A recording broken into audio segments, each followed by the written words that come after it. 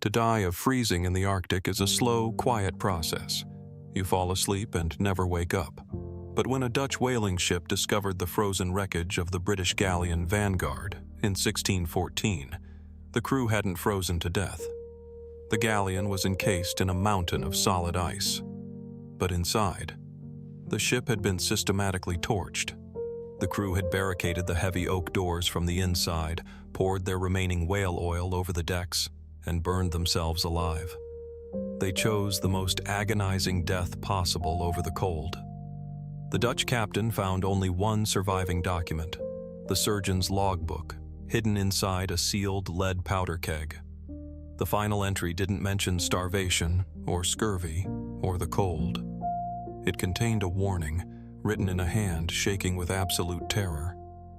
"Do not dig the black meat from the ice. It is not dead. It is just hungry." In the early 17th century, the map of the world was full of blank spaces filled with monsters. The greatest prize for the British crown was finding the Northwest Passage, a mythical route through the Arctic to the riches of Asia. In May 1612, the galleon Vanguard set sail from London. It was a massive fortress of oak and iron, commanded by Captain Thomas Stirling. He had a crew of 65 men, hardened sailors, musketeers, and a surgeon named Silas Thorne. They sailed north, farther north than any chart allowed. By late September, the Arctic winter did not just arrive, it slammed shut like a steel trap. The ocean around the Vanguard froze solid within 48 hours.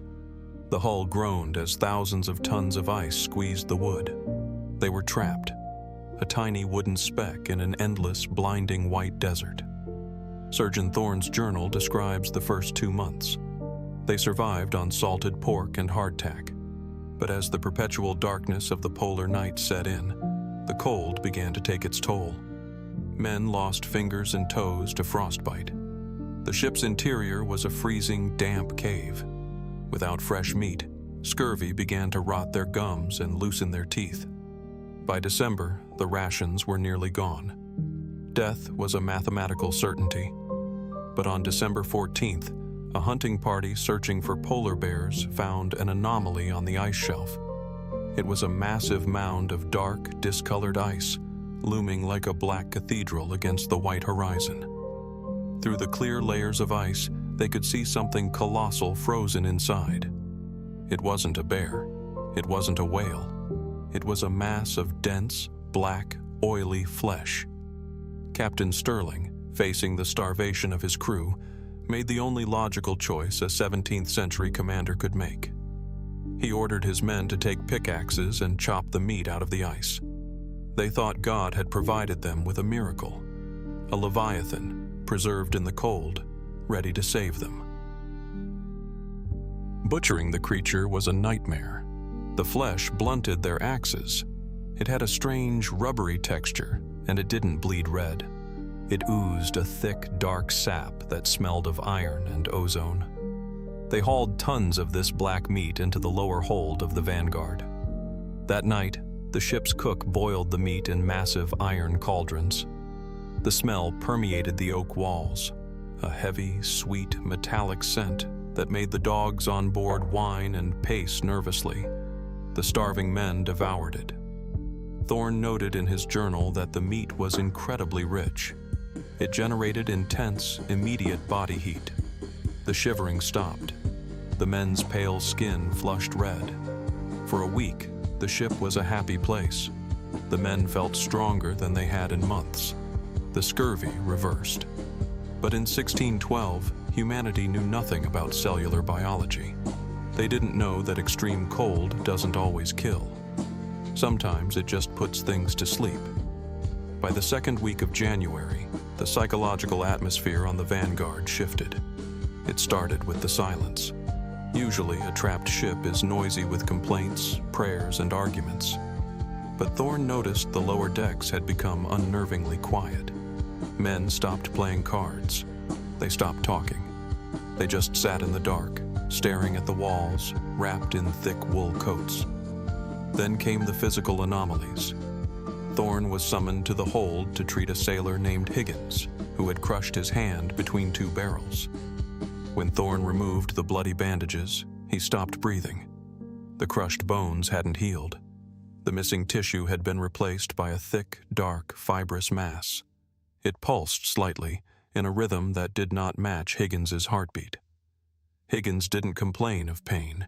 He just looked at Thorne with dead, glassy eyes and whispered, "I am so warm, Doctor.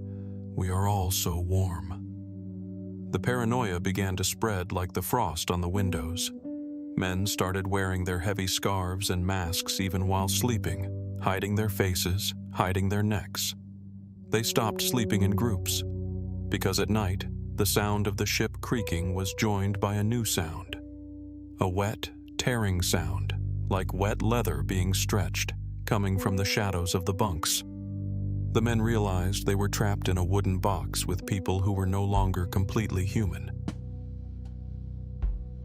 In modern times, we would call this an alien parasite, a cellular assimilation. But to the deeply religious men of the 17th century, this was witchcraft. It was demonic possession. Captain Sterling ordered the remaining uninfected men to arm themselves, but the Arctic cold had a final, cruel trick to play. At 40 degrees below zero, the flintlock muskets became useless. The black powder froze. The flint wouldn't spark. They were reduced to swords, heavy boarding axes, and pikes. The ship descended into a medieval witch hunt inside an icebox. Thorne's diary details the primitive testing methods they devised. They realized the assimilated tissue reacted violently to severe heat. They forced the crew to line up in the freezing galley. One by one, they pressed a red-hot iron poker against each man's bare forearm. If a man screamed and his flesh blistered, he was human. But when they pressed the iron to the ship's quartermaster, he didn't scream. His flesh didn't burn. The dark, oily tissue underneath moved. It recoiled from the heat like a living serpent beneath his skin. What happened next was pure slaughter. The quartermaster's jaw unhinged, revealing layers of jagged, dark cartilage. He tore through 3 men before Sterling decapitated him with a broadsword. But decapitation wasn't enough. The head, lying on the frost-covered floor, continued to move. The dark blood began to weave new connections, trying to pull itself back together. The infected didn't need the ship's rations anymore. They had stopped speaking English. They communicated in low, vibrating frequencies that resonated in the frozen wood of the hull. The final entry of the conflict is a terrifying testament to human desperation. Sterling and the last 8 human survivors barricaded themselves in the captain's quarters. Outside the oak door, the rest of the crew, the things that used to be their friends, were waiting. They weren't breaking the door down. They were simply leaning against it, generating a sickening, unnatural heat that was melting the frost on the inside of the cabin. Thorne wrote, "They are waiting for us to starve or freeze. They know we cannot stay in here forever. I can hear Higgins whispering through the keyhole. He says it doesn't hurt. He says the black ice is a choir, and they want us to sing." Captain Sterling understood that swords could not kill it, and he knew that if spring ever came and the ice thawed, the Vanguard would eventually drift out of the Arctic, bringing the Leviathan's blood to the ports of Europe. He chose the only weapon that worked: fire. The survivors used the last of their dry gunpowder to create explosive charges around the whale oil reserves in the lower decks. They locked the heavy iron grates on the stairwells to trap the infected below. Then, they lit the fuses. The fire burned the Vanguard from the inside out. It consumed the wood, the men, and the black flesh.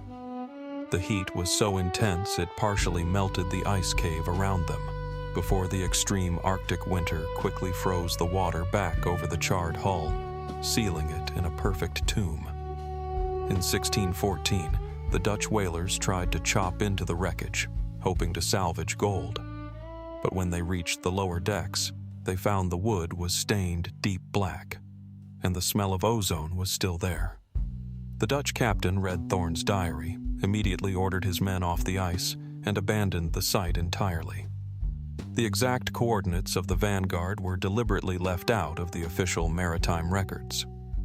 Somewhere in the vast, shifting ice shelves of the Arctic, that scorched wooden tomb is still slowly drifting. With modern global warming melting the polar ice caps at a record pace, layers of permafrost that have been frozen for millions of years are being exposed. What else is sleeping in the black ice? And what happens when it finally thaws? Now, I have a question for you. If you were freezing to death in the dark and your captain offered you the black meat, would you take a bite, hoping to survive, or choose to freeze as a human? Leave your choice in the comments below. The most honest answers will get pinned. If this journey into the cold dark sent a shiver down your spine, hit that like button. It keeps our fires burning. And subscribe to Static Archive for more unclassified nightmares. Stay warm and watch what you eat.